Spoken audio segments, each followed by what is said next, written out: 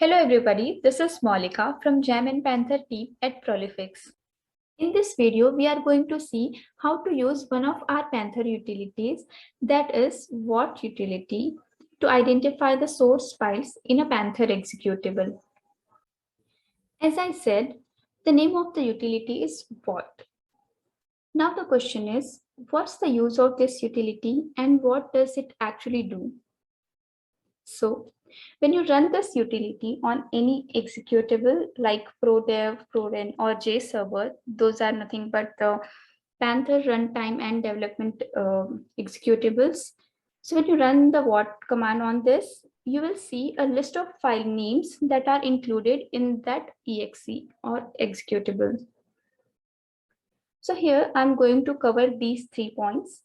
So first is where to find this utility, and the other thing is find out where this executable is a 32-bit or a 64-bit executable. And the third is how to use this utility. So now let's see where to find this utility. So there are a bunch of utilities that are available with the product. We can find them inside the util folder of Panther installation directory. So in my case, I'm on Windows machine. So I have my Panther installed inside the C drive and Prolifix directory, and there in there the subdirectory. So you'll see the exe, not only the WAT.exe, but all the other exes inside the util folder.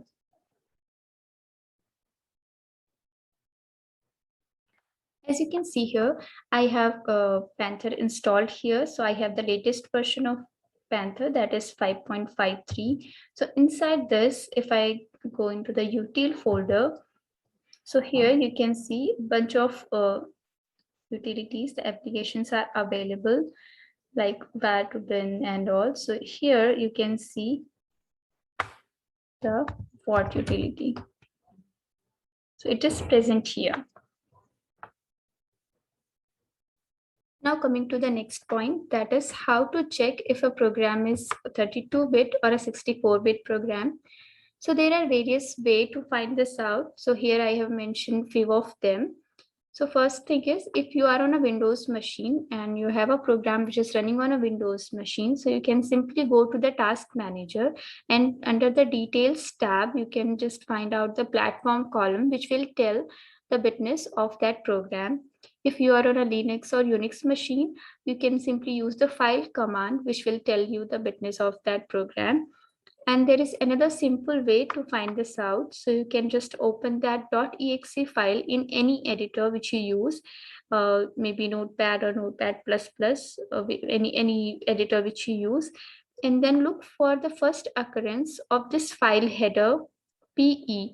So you can see if PE followed by L, then it is a 32-bit program. And if you see PE followed by this D plus character, that means it is a 64-bit program. So now let's see that. So here I have a bunch of executables in my util folder. So let's pick one of them and let's see this JPL to bin utility. I'll open it with Notepad++. So now you can see the binary file, and I'll find for the letter PE the first occurrence of this file header. So as you can see in line number 3, there is PE, and after 2 null, you can see the letter L here. So that means it is a 32-bit executable. All right. And now, last but not the least, let's see how to use this utility. It is very simple. You just need to open a command window and cd to the directory where you have this executable on which you want to run the WAT command, and you want to list the source files, and then type WAT space and name of the exe. For example, as I have shown here, WAT space prodev32.exe. Or if you want to output the result in a file, then you can do that using the below command. So now let's do that. For my convenience, I have copied my application hr2021.exe and the What utility in a separate folder. So now let's open a command window here, and I'll cd to the desktop and the directory where I have this exe, and now I will run what hr2021.exe. So you can see here how it is listing all the files present in that executable. So now let's output this in a separate file. Output.txt, so that we can have a look on the files. Let me open this, and yeah. So these are all the C files, source files that are present in this exe with their version number and the date last modified. So in this way, you can find if you have any custom C file that you have linked with your exe, so whether you linked it correctly or not.